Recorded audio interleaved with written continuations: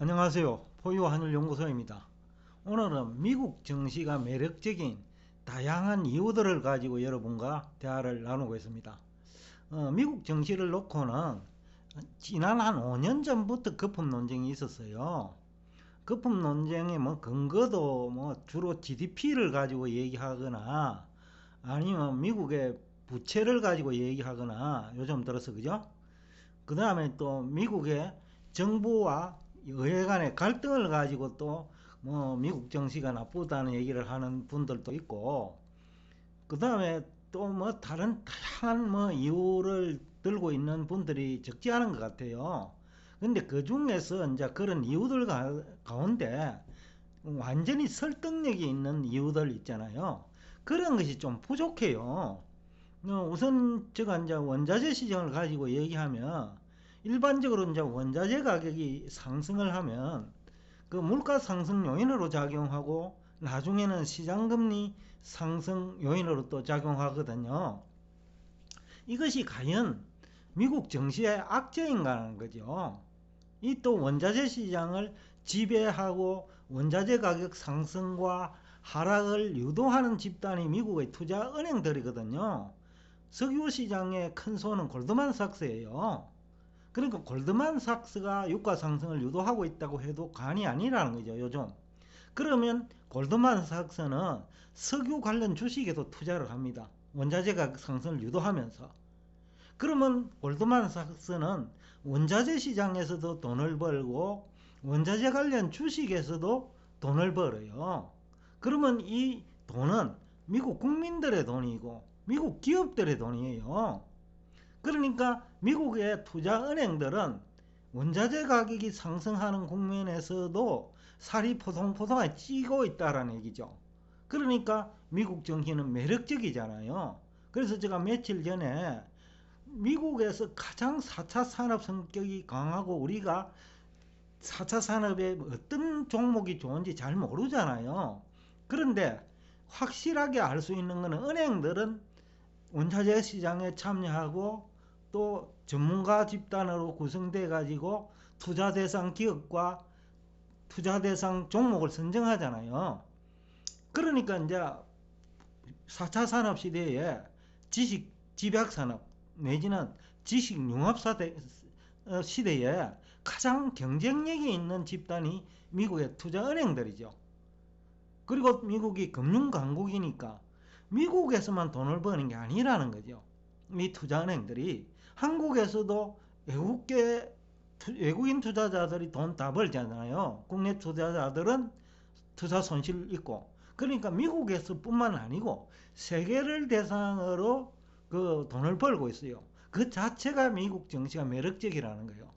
특히 이제 투자은행들은 제조업과 달리 부가가치 창출이 그 몇 프로 성장의 개념이 아니고 안정적으로 100%도 성장할 수 있는 거예요.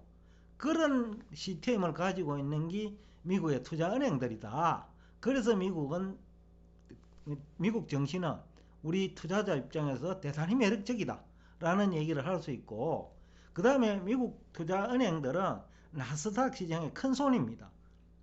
그리고 투자은행이란 말 자체가 그 투자를 할 적에 그 앞으로 성장성이 기대되고 그리고 유망한 기업에 투자하는 거니까 나스닥 종목의 초창기에 투자하는 거죠. 스타트업 시기에 투자를 해가지고 그 기업이 그 대형 회사로 발전할 때까지 돈을 가지고 있는 거예요.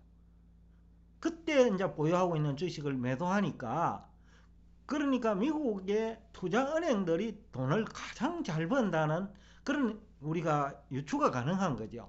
그러니까 S&P 500 종목에 투자은행들이 다 포함되어 있거든요. 그래서 S&P 500이 매력적이라는 거죠. 그리고 S&P 500 ETF를 투자하라고. 그래서 워렌 버핏도 어떤 얘기를 하느냐면요. 자기가 종목을 가지고 그 S&P 500에 투자하는 사람과 경쟁을 해보니까 종목을 가지고 투자하니까 안 되더라. 근데 워렌 버핏뿐만 아니라 다른 헤지 펀드들도 S&P 500 지수를 따라가지 못하더라는 거죠. 그 이유가 미국의 투자은행들이 그 다 고수들이 그 원자재 시장, 그 다음에 회사채 시장, 그 다음에 나스닥 시장, 이 시장에서 돈을 많이 벌고 있기 때문이에요. 그러니까 분석하는 그 헤지펀드나 워렌 버핏조차도 S&P 시장을 못 따라가는 거예요. 그 다음에 또 하나는 미국계 투자은행들이 투자 관련 중요한 정보를 생산하고 가공합니다. 그러니까 먼저 그 분위기를 잡을 수 있다는 거예요. 자기들이 투자 다 해놓고 이런 주식이 좋다고 분위기를 잡을 수 있다는 거예요. 그러니까 그것도 미국 투자은행들이 돈을 많이 버는 이유 중에 하나죠. 또 하나, 미국 시가총액의 89%를 상위 10% 투자자가 보유하고 있다는 거죠. 물론 그 중에서는 기업 경영자도 있겠죠. 근데 이분들은 대부분 장기 보유, 장기 투자를 한다는 거예요. 이 왜 장기 투자가 단타와 차이점이 있나 하면요. 계속해서 따라다니다 보면요. 고점에서 대부분 물리게 되어 있습니다. 빈번한 매매를 하면. 그런데 장기 투자를 하는 사람은 중소기업에서 투자를 해가 대기업에 될 때까지 기다리는 거예요. 또 대기업이 된 이후에도 많은 새로운 분야에 진출하면서 그런 것까지 확인하면서 보유를 한다고요. 그러다 시장에서 그 매물 압박도 그렇게 많지 아니하고 그러니까 장기적으로 상승 추이를 이어갈 수 있는 거예요. 이것도 매력적이라는 거죠. 또 지난 40년 동안 미국 주가 지수가 우상향해 왔대요. 바로 이러한 이유 때문에 앞에서 얘기한 4가지 이유 때문에 지난 40년 동안 미국 주가 지수는 우상향할 수밖에 없는 거죠. 그 다음에 6번째로 미국 달러는 기축통화예요. 이 지위를 활용해서 부가가치 창출이 가능해요. 미국 투자은행들도 가능하고 미국의 기업들도 가능하고 미국의 개인들도 가능한 거예요. 예를 들어서 어느 국가에서 위기가 발생하면 그 국가 통화가치는 엄청 떨어집니다. 그리고 야부족 사태가 나죠. 그럴 때 미국 투자자들이 거기에 들어가면 그게 안전하다는 거죠. 미국 투자자들 입장에서는 위기가 발생한 다음이 안전하다는 거예요. 앞 시간에 제가 그 안전자산이란 무엇인가에 대해서 얘기를 여러분과 함께 했는데 바로 그 접근 방법이 기축통화를 지위를 활용하면 외환위기도 해소시킬 수 있는 거예요. 또 미국 달러가 기축통화이기 때문에 미국 달러를 가지고 투자도 할 수 있잖아요. 또 미국이 들어가면 시장금리도 안정돼요. 그러면 그 나라에 국채 투자하면 그것을 또 부가가치 창출이 가능해요. 그러니까 기축통화 지위를 활용할 수 있다. 그래서 이것도 미국 투자은행이 중심이다. 그래서 미국에 있어서 투자은행만큼 돈을 잘 벌 수 있는 그 조직은 없다라는 거죠. 그러니까 S&P 500을 따라가지 못하는 거예요. 그 다음에 연준이 시장 실패를 치유할 수 있는 능력도 보유하고 있어요. 우리 같은 나라는 능력이 있다 하더라도 기축통화가 아니기 때문에 한계가 있는 거예요. 그리고 경제학자들의 지식이 통화를 늘리면 무조건 화폐 가치가 떨어지는 것으로 착각하고 있기 때문이죠. 그래서 이제 그런 것도 이제 그 중앙은행과 경제학자들의 지식이 어떻게 보면 잘못 알고 있는 지식이 일치되는 거죠. 그러니까 또 그런데도 적극적으로 우리 양적 완화 정책도 하기 힘들고 또 다수는 그 경제학자들이 중앙은행은 돈을 조금 공급하고 그러니까 총 통화 중에서 5%밖에 공급 안 했는데 마치 100%를 총 통화 100%를 중앙은행이 공급하는 것처럼 호도를 한다는 거죠. 그래서 더 못하는 거예요. 그 다음에 미국은 분기별로 배당을 합니다. 그것도 굉장히 투자자 입장에서는 매력적이거든요. 그 다음에 정권 전문가들의 분석 능력도 뛰어나요. 그래서 이제 그 정권 전문가들의 분석 능력이 우리는 그 매도 의견을 안 내잖아요. 그러니까 분석 능력이 없다는 얘기도 돼요, 그게. 그런데 그 미국의 애널리스트들은 매도 의견 내요.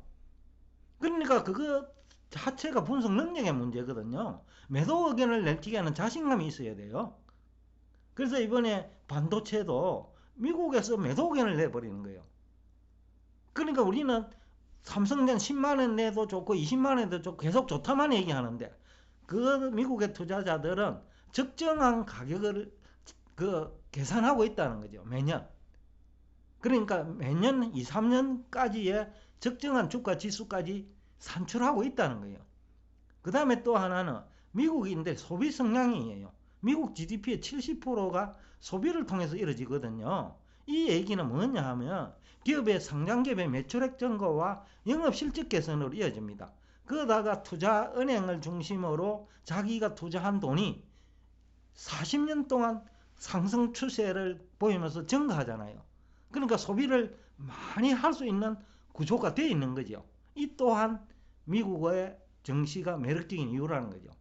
그 다음에 이제 미국 경제 성장 동력도 어떻게 보면 소비 성장하고도 관계되어 있지만은 그 다음에 기축 통화를 이용한 성장 동력, 원자재가 대표적이라고요. 원자재 가격이 오르면 명목 GDP가 올라가는 거예요. 그러면 상장기업 영업 실적이 증가하는 거예요. 매출액이 증가하는 거예요.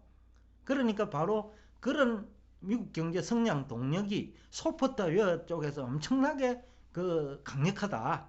그런 측면에서도 미국 증시가 매력적이다. 그리고 미국 투자자들은 주가 결정 원리에 충실합니다. 우리는 성장성 중심으로 하지만은 그분들은 매도 의견을 왜 냅니까? 성장성만으로 부족하다는 거예요. 수익성 문제까지 같이 짚고 있다는 거예요. 매도 의견을 낸다는 것 자체가.